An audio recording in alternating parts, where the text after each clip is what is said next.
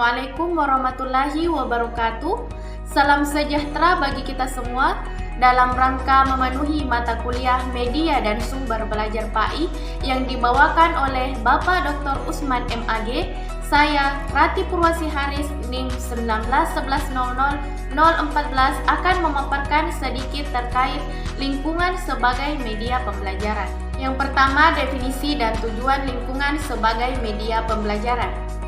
Media pembelajaran lingkungan adalah pemahaman terhadap gejala atau tingkah laku tertentu dari objek atau pengamatan ilmiah terhadap sesuatu yang ada di sekitar kita. Adapun tujuan pemanfaatan lingkungan masyarakat sebagai sumber belajar adalah untuk mengupayakan agar terjadi proses komunikasi atau interaksi antara sekolah, khususnya para siswa dan masyarakat. Lingkungan sebagai media pembelajaran dibagi menjadi 3, yaitu lingkungan sosial, alam, dan buatan. Yang kedua, kelebihan dan kekurangan lingkungan sebagai media pembelajaran. Kelebihan lingkungan sebagai media pembelajaran ada 6.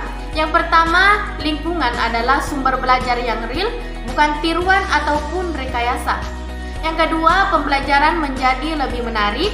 Yang ketiga, lingkungan memberikan pembelajaran lebih bermakna. 4. Mengaktifkan peserta didik agar belajar. Yang kelima, memperkaya sumber belajar di dalam kelas. Terakhir, menumbuhkan rasa cinta terhadap lingkungan itu sendiri. Adapun kekurangan lingkungan sebagai media pembelajaran ada 3. Yang pertama, tidak seperti pelajaran dalam kelas.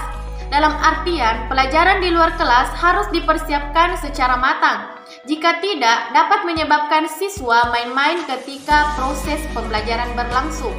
Yang kedua, belajar dengan lingkungan memerlukan waktu yang relatif lama.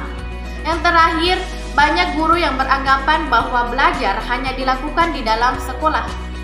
Yang ketiga, lingkungan sebagai media pembelajaran.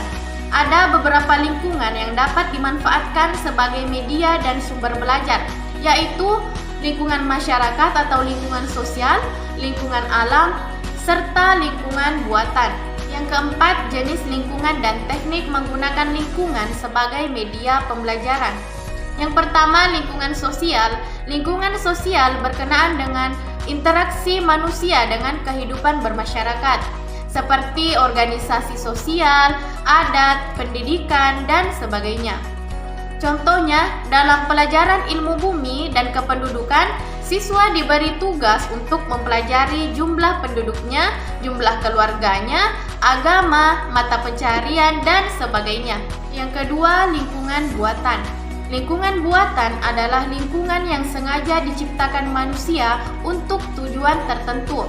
Lingkungan buatan antara lain irigasi, bendungan, kebun binatang, dan taman. Siswa dapat mempelajari lingkungan buatan dari berbagai aspek seperti prosesnya, fungsinya, daya dukungnya, serta aspek lain yang berkenaan dengan pembangunan dan kepentingan masyarakat pada umumnya. Yang ketiga, lingkungan alam. Lingkungan alam adalah segala sesuatu yang bersifat alamiah seperti iklim, suhu, musim, curah hujan, flora, fauna, dan masih banyak lagi. Aspek lingkungan alam dapat dipelajari oleh siswa melalui cara-cara tertentu. Contohnya, dalam pelajaran IPA, siswa diminta untuk mempelajari suhu udara, jenis tumbuhan, pencemaran udara, kerusakan, dan lain sebagainya. Adapun teknik menggunakan lingkungan sebagai media pembelajaran ada 6. Yang pertama, survei. Yang kedua, camping. Yang ketiga, field trip. Yang keempat, praktik lapangan. Yang kelima, mengundang narasumber. Dan terakhir, pengabdian pada masyarakat. Sekian dari materi yang sempat saya paparkan. Kurang dan lebihnya mohon dimaafkan. Wallahu muwaffiq ila aqwamit thoriq. Wallahu yatawalla sholihin. Wassalamualaikum warahmatullahi wabarakatuh.